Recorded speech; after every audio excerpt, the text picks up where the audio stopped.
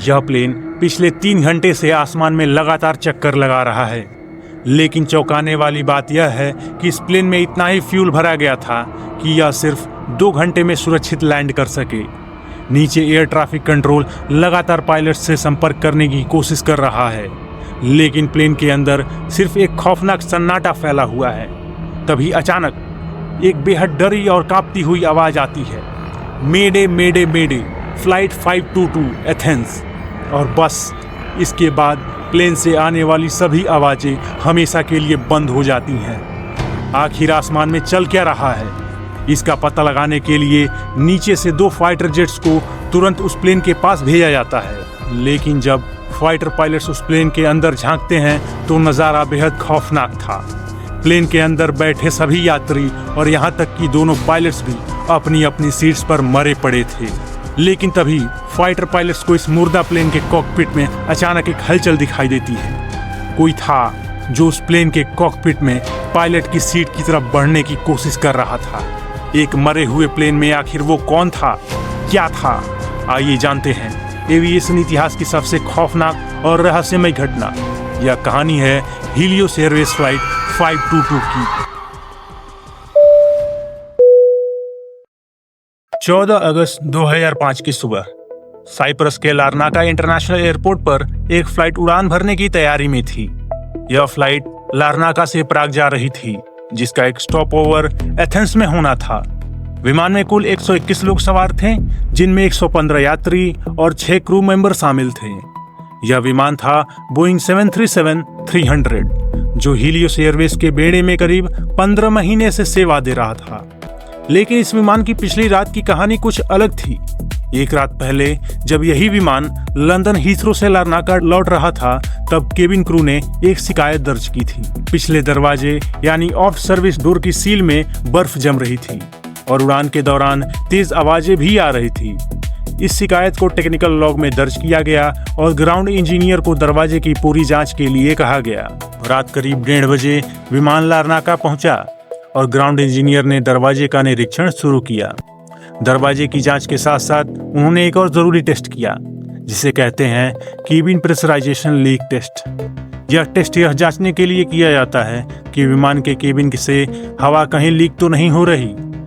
इस टेस्ट को करने के लिए इंजन चलाने की भी जरूरत नहीं होती, बल्कि एपीयू यानी ऑक्सिलरी पावर यूनिट से हवा लेकर केबिन को मैनुअली प्रेशराइज किया जाता है। इसके लिए इंजीनियर को कॉकपिट के ओवरहेड पैनल में लगे प्रेशराइजेशन मोड सेलेक्टर को मैनुअल पोजीशन पर सेट करना पड़ता है। जांच पूरी करने के बाद प्रोसीजर के अनुसार इस स्विच को वापस ऑटो मोड पर लाना बेहद जरूरी होता है, ताकि उड़ान के दौरान प्रेशराइजेशन सिस्टम अपने आप काम करता रहे। यहीं पर वह गलती हुई जो आगे चलकर सबसे बड़ा हादसा बनने वाली थी।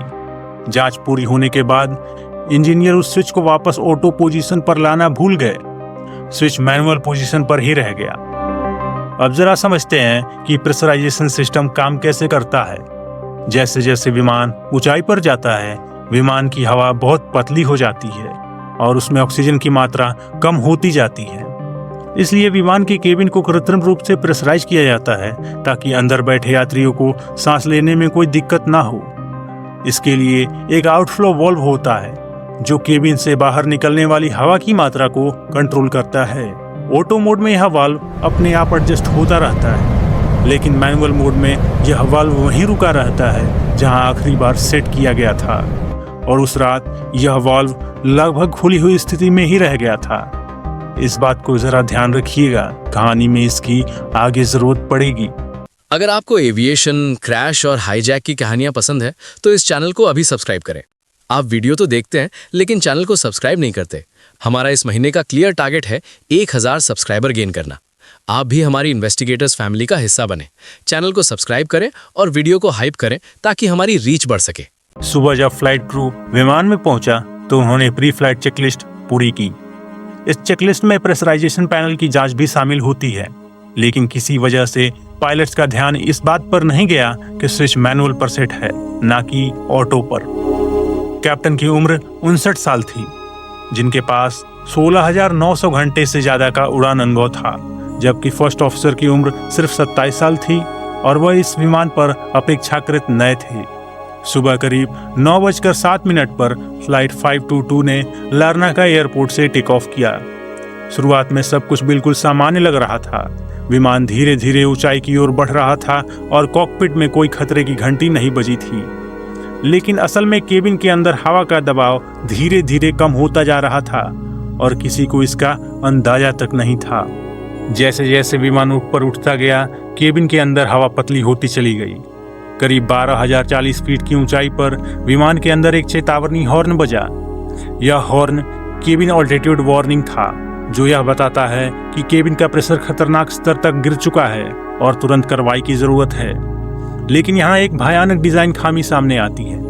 इसी बोइंग 737 में एक और वार्निंग होती है जिसे टेक ऑफ कॉन्फ़िगरेशन वार्निंग कहते हैं।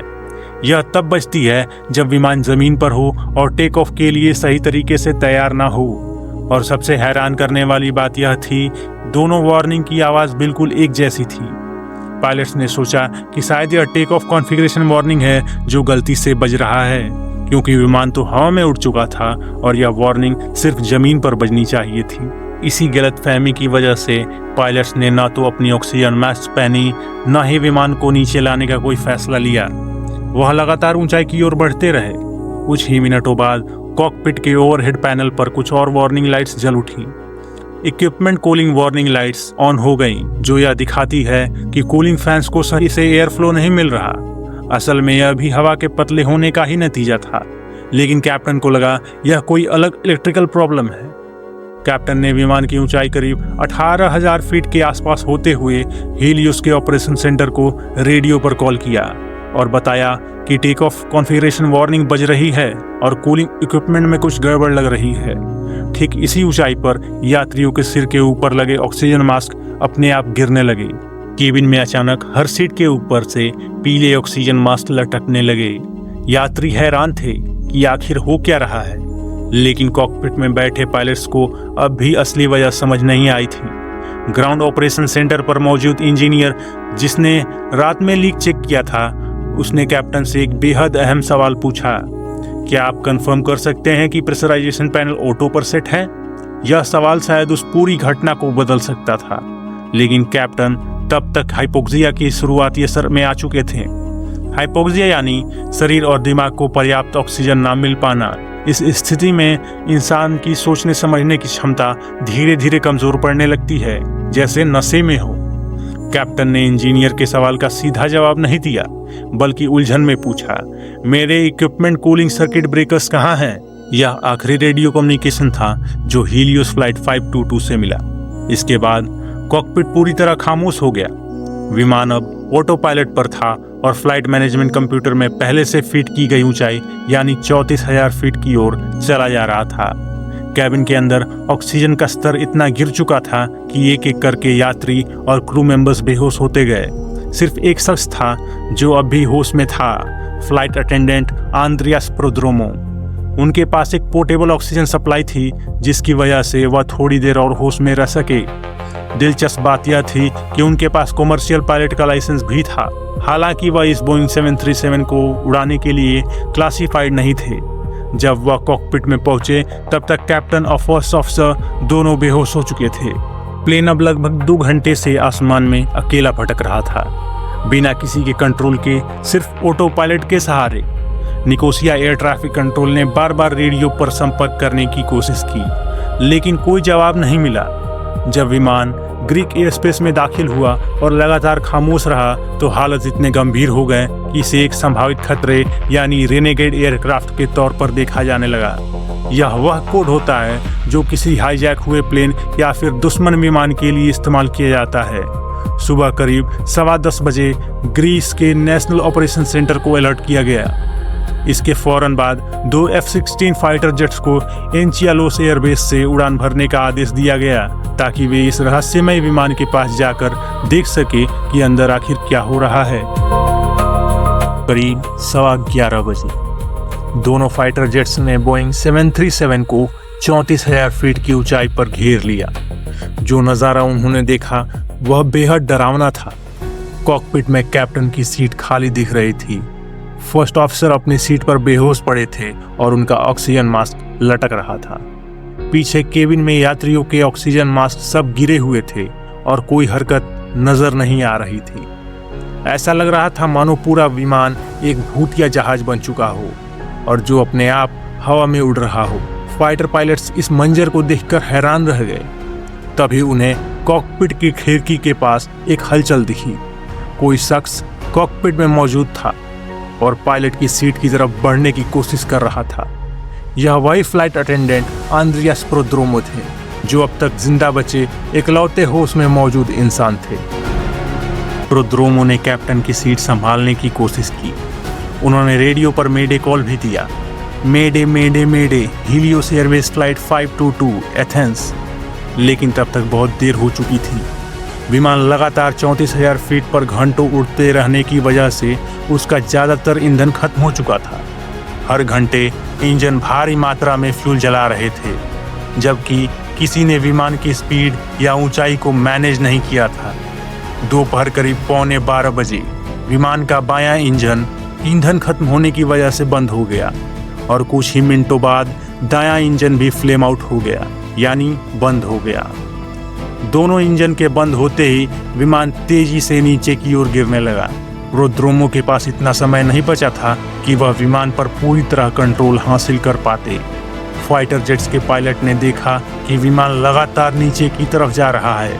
फाइटर जेट्स ने नीचे उतरते हुए दोबारा करीब 7,000 फीट की ऊंचाई पर विमान का पीछा किया। कॉकपिट में अब भी वही अकेला शख्स कंट्रोल संभालने की कोशिश कर रहा था, लेकिन विमान को स्थिर रख पाना नामुमकिन हो चुका था। बिना इंजन पावर के, बिना सही ट्रेनिंग के एक फ्लाइट अटेंडेंट के लिए इतने बड़े कॉमर्शियल जेट को संभालना लगभग असंभव काम था। विमान डगमगाते हुए नीचे की ओर बढ़ता रहा। दोपहर करीब 12:03 पर हीलियोस एयरवेज फ्लाइट 522 ग्रीक के ग्रामातिको गांव के पास एक पहाड़ी से टकरा गया। विमान में सवार सभी 121 लोगों की मौत हो गई। यह हादसा ग्रीस के इतिहास का सबसे भयानक विमान हादसा बन गया। मलबा दूर दूर तक फैला हुआ था और स्थानीय लोग इस मंजर को देखकर सन्न रह गए। ऐसे ही एक और दिल दहला देने वाली कहानी सुनने के लिए यहाँ क्लिक करें। लेकिन रुकिए, उससे पहले अगर आप इस चैनल पर नए हैं तो हमारे चैनल को सब्सक्राइब करें और नोटिफिकेशन बेल को ऑल पर सेट करें ताकि आप कोई भी वीडियो मिस न करें।